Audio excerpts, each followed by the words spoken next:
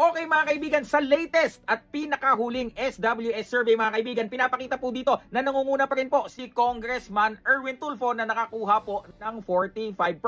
Tingnan po natin ito. Sa pinakahuling survey nga po ng SWS mga kaibigan, nakakuha po si Congressman Erwin Tulfo ng 45%. Mga kaibigan, malayo po sa sumunod sa kanya ang si Bongo na meron po lamang 43%. Sumunod po dyan si Tito Soto na meron pong 37%. At sinundan po yan ni Lito Lapid na may 34%. Nariyan din po ang kapatid ni Congressman Erwin Tulfo na si Ben Tulfo na nagkamit po ng 34%.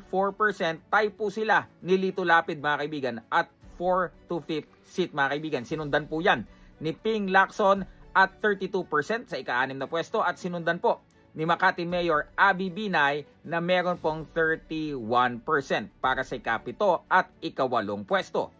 Dahil dyan mga kaibigan, nung nakaraang araw, yung WR numero mga kaibigan, nanguna na din po uli si Congressman Erwin Tulfo. Ngayon naman po sa latest survey ng SWS survey, nanguna uli po si Congressman Erwin Tulfo. Ang tanong, bakit po nangunguna ang mga kandidato ng alyansa?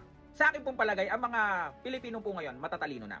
Ang dala po ng mga kandidato ng alyansa ay mga plataforma di gobyerno mga kaibigan na totoong makakatulong sa bansa, na totoong makakatulong sa pag-unlad natin bilang mga Pilipino. Sa kabilang banda po kasi, yung mga kandidato ng kabila, mga kaibigan, lagi po natin napapanood kapag po sila tumutugtong sa kanilang mga entablado, wala pong ibang ginagawa kundi batuhin ng putik po yung administrasyon.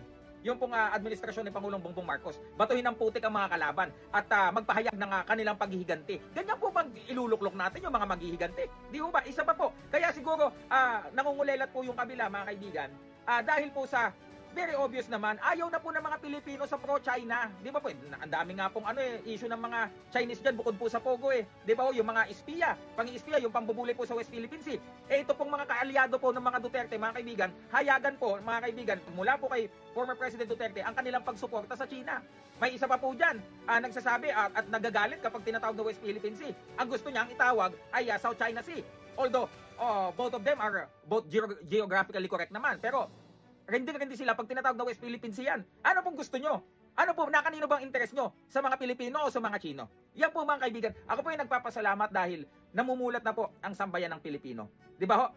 Ang iluklok po natin ay mga pro-Philippines, pro-Filipino. Malapit na po ang halalan. Mabuhay po ang Pilipinas. Mabuhay po si Presidente Bongbong Marcos. Mabuhay ang alyansa. Silver Voice TV. Magandang araw.